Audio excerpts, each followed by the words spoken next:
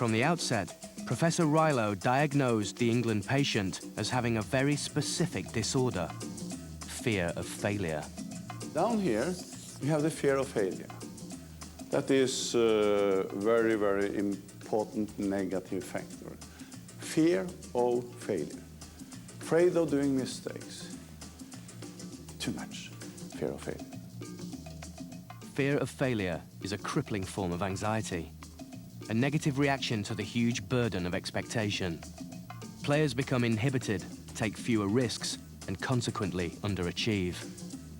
Fear of failure, it's a big problem in football. They are afraid doing mistakes, afraid not being good enough, and so on.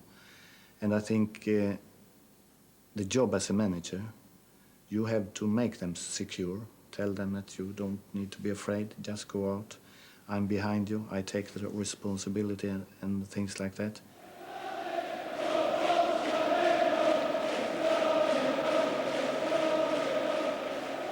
According to Eriksson and Rilo, fear of failure is more than just a mental problem. It directly affects physical performance on the pitch. It causes a phenomenon sports psychologists call choking. One of the most infamous examples of choking was the Euro '96 semi-final. The match against Germany came down to penalties. As the last England penalty taker, Gareth Southgate faced extreme pressure. If he missed, England would lose.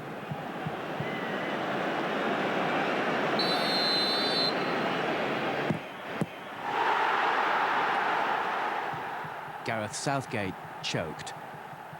He hadn't even kicked the ball cleanly. And it was all because of what happened inside his brain.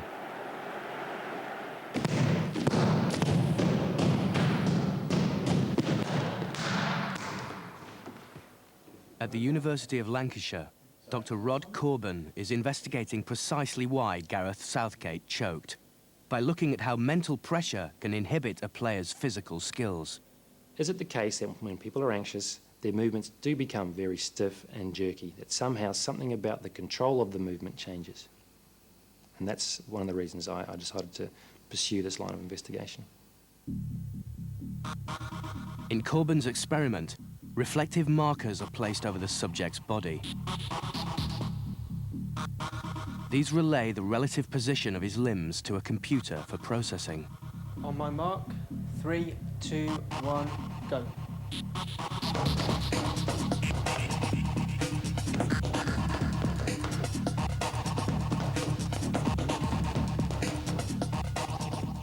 The data is used to calculate the smoothness of his movements.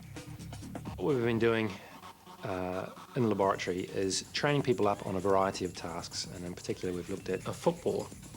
We asked them to kick the ball under normal conditions and collected information on their kinematics or their movements.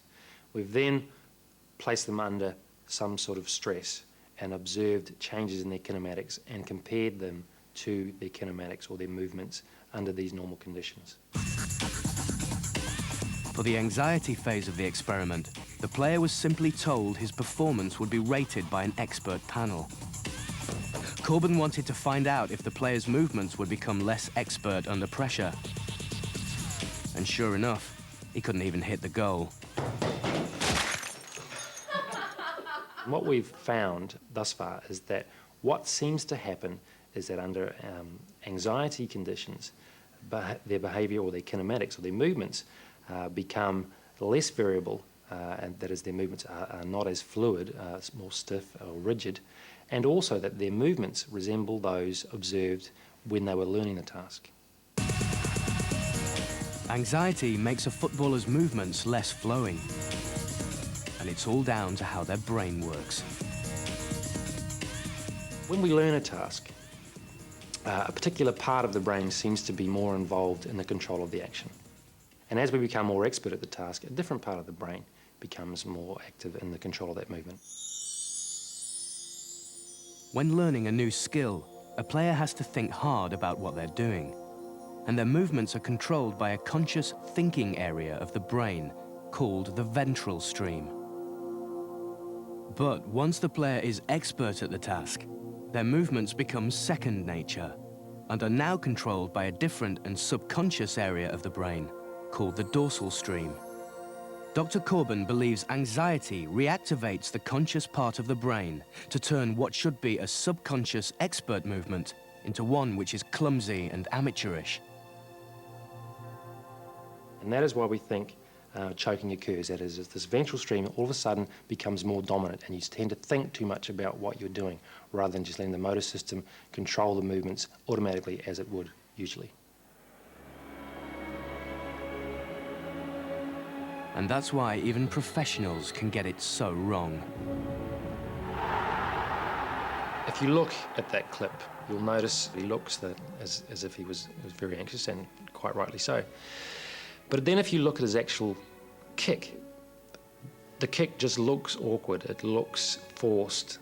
And there we might have a classic example of how this increased level of anxiety has had a negative consequence on the control of his action, resulting in a poor performance. Gareth Southgate's mental fear of failure doomed England from the moment he'd stepped up, making him play like an amateur.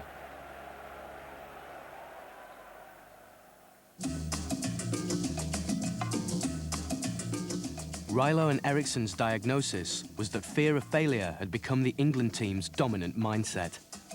It physically inhibited every area of their game, not just passing and shooting, but the coherence of the entire team. Dr. Rilo's cure seemed just plain contradictory. You have to dare to lose to win. You have to dare to lose to win. You have to dare to lose to win. A winner hates to lose, but a winner is not afraid of losing. That's the difference. That's the difference. Professor Rilo's mantra, daring to lose to win, applies to everyone in the England setup.